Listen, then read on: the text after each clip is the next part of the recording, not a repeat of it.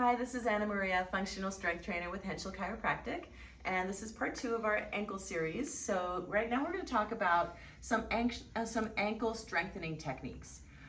So in the last video we talked about those four main movements of the ankle, right? The dorsiflexion, the plantar flexion, the eversion and inversion. And beginning the strengthening process for that can just be as easy as some isometrics. So isometrics means it's going to be a fixed state of engagement.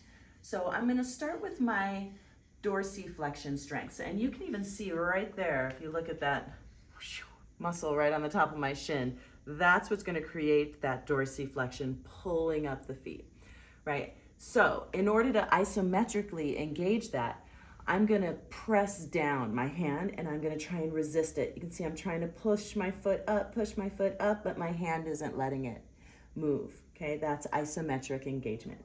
Then the same thing with the eversion. Now I'm going to push in with my hand and I'm going to try and push it as hard as I can with my foot. I'm trying to push my toes here over to the right, and it's all of these muscles here on the side of my shin that are getting engaged. Good. Then on the other side, I'm going to push with my left hand, and now I'm trying to bring those toes in as hard as I can. You can see all of these. You can see even my calf muscle here is getting recruited as I try to resist against that. And then the same thing with the plantar flexion. I'm going to try and point my toes, but I can't.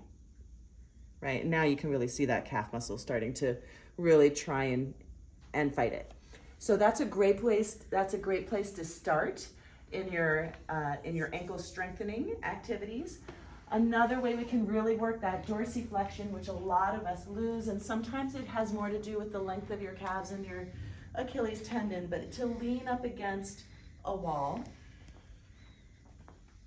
I'm going to engage my quads, okay? So my kneecaps are lifted, and I'm going to squeeze those toes up. Hold, find the pause, release it down. Good. Again, lift, lift, lift, lift, lift, lift, lift. You can see the front of those muscles along the top of my tibia here, fully engaging, and then press it down. Relax it down.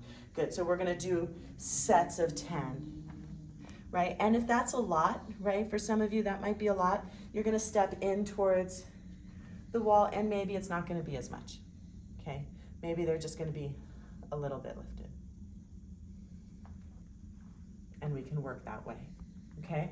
Eventually, over time, they get bigger. You can even sort of brace yourself and use those back muscles to really engage here. Now I'm at a pretty big angle, and I'm gonna lift it all the way up.